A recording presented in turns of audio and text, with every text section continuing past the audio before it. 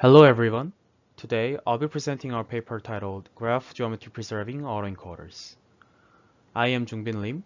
This is a joint work with Jiwon Kim, Yonghyun Lee, Chungjae Jang, and my advisor Frank Park. Our work is based on the manifold hypothesis, which assumes that high-dimensional data such as images lie approximately on some lower-dimensional subspace embedded in the data space. This subspace is called the data manifold.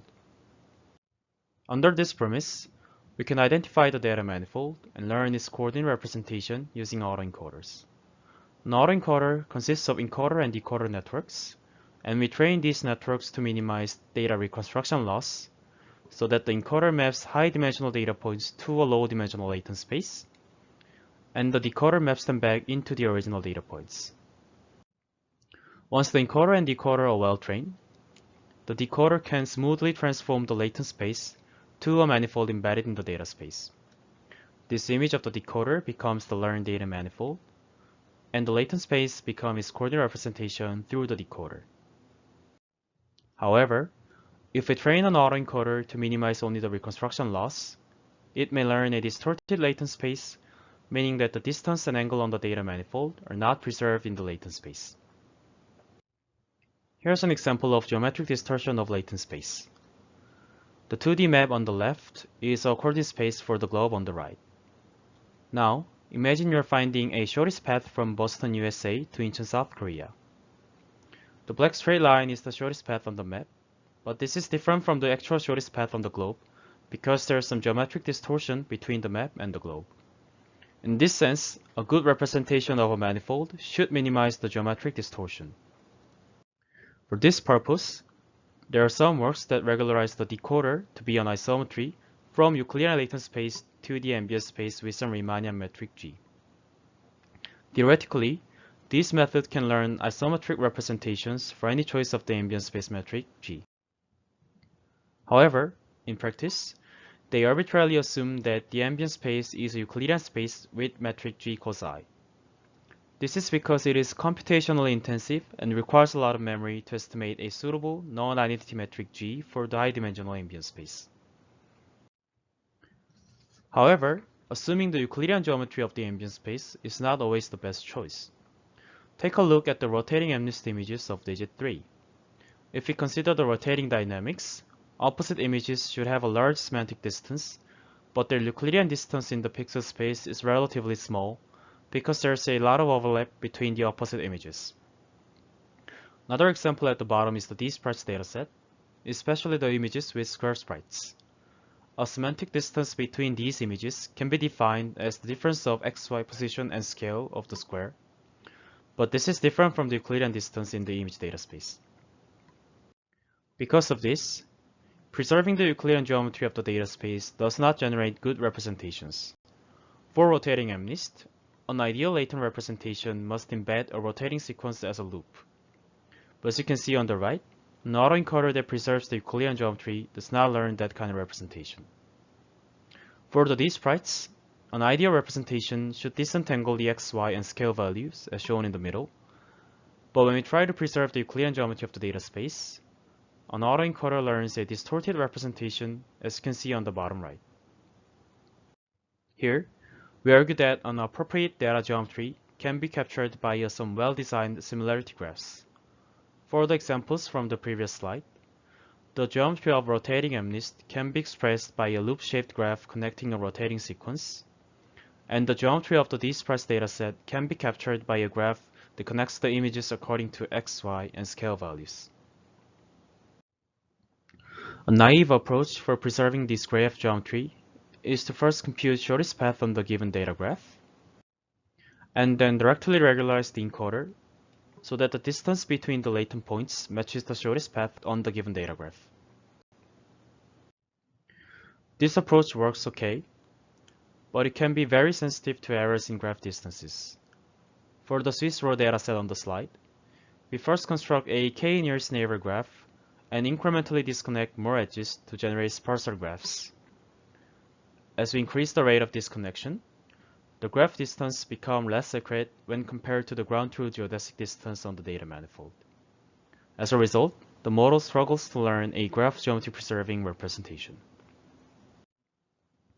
Global distances on the graph are sensitive to missing edges or noise in edge values, since the errors can accumulate, and therefore, directly preserving the global distances is not robust, as we saw in the previous slide. Our key idea here is to preserve local geometry between the graph and the latent space, using a Riemannian geometric formulation of distortion measure.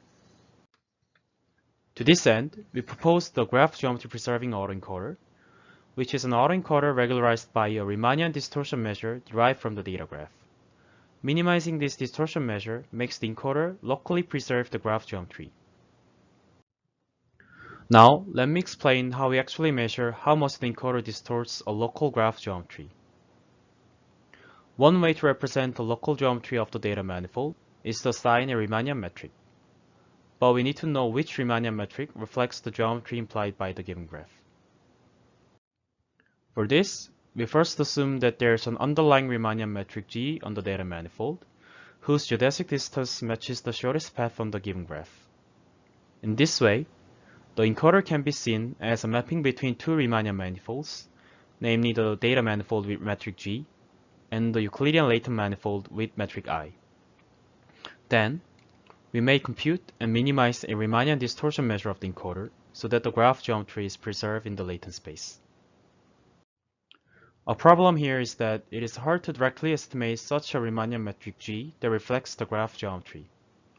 However, we can approximate the distortion of the encoder without estimating the metric G explicitly, using only the data graph and the latent coordinates given by the encoder.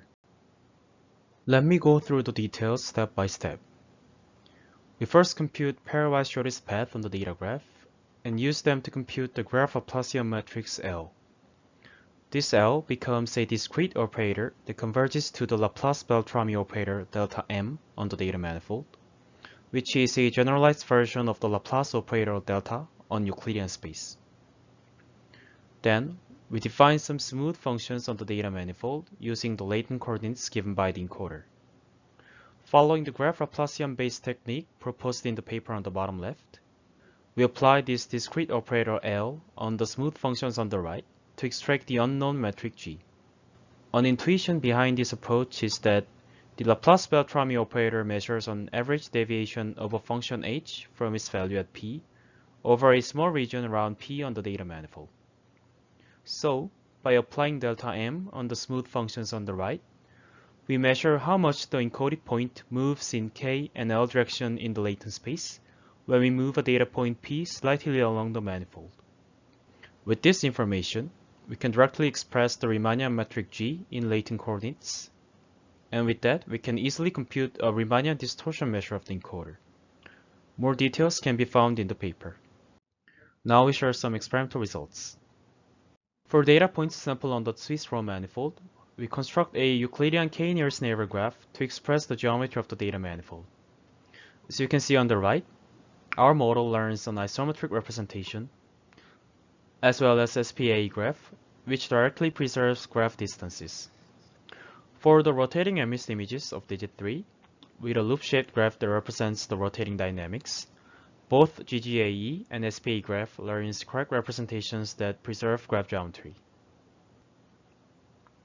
And finally, for the dispersed images with k-nearest neighbor graph in the XY scale space, only our model learns a graph geometry preserving representation that disentangles the XY and scale factors properly.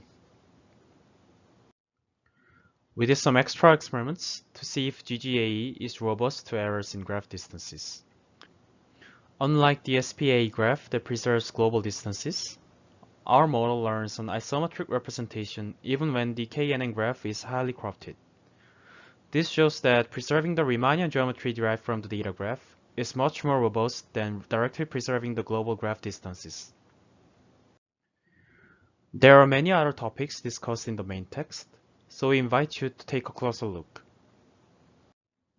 If you have any questions and comments, please feel free to contact us. Thank you for listening.